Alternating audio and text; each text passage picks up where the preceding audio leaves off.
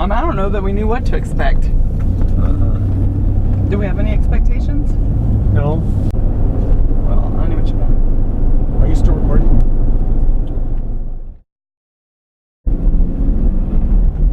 One of the first families that ever came to our church was the McClellans.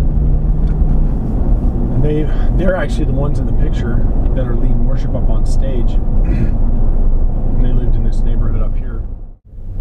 So we would pull up here. We would usually get here before the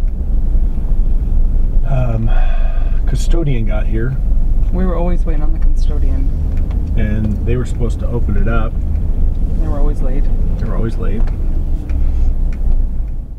I would stand in this window and I remember looking out in the parking lot and I would be like, Lord, please send some people. Just send them, come. And I remember they would come around the corner in the car and I'd be so excited. And then come over here, look at this, Casey.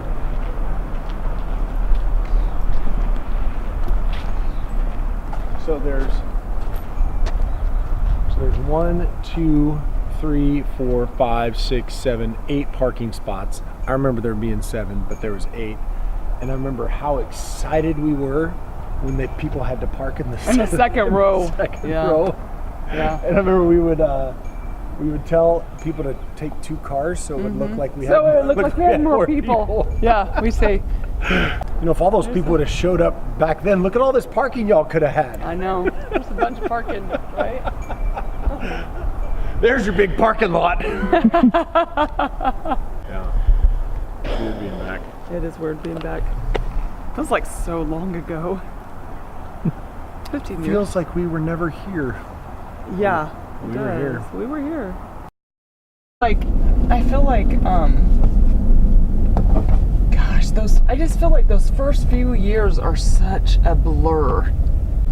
I know that you and I have said this to each other many times, but I wouldn't have even gone to my own church. Nope. The funniest thing about our kids is they've never complained one time about having to go to church. No. Their whole life. Like, even back in those days, they were never hard to get out of bed or frustrated that they had to go. And that was through all phases, with the warehouse phase and the new building. Our kids were always there and always willing to help. We moved in, I figured we would just be there for a couple of years and then we would move out, and it just seemed like 1 turned into 2, turned into 5, turned into 10. And where our sign used to be?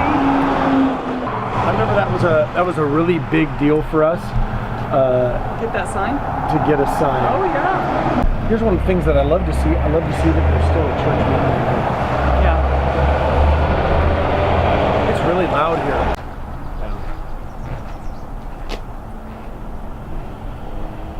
This used to be the old entrance too. Wow. We spent like 10 years of our lives here. Yeah. Being out here is like being at your first apartment when you got married. You don't want to live there anymore, but you remember all the great times you had while you were there. I'm going to baptize you in the name of the Father, the Son, and the Holy Spirit. First office here, first children's rooms here. Daddy, daughter dance. Daddy, daughter dance, yeah. Men's retreats, women's retreats. Yeah. First FPU class.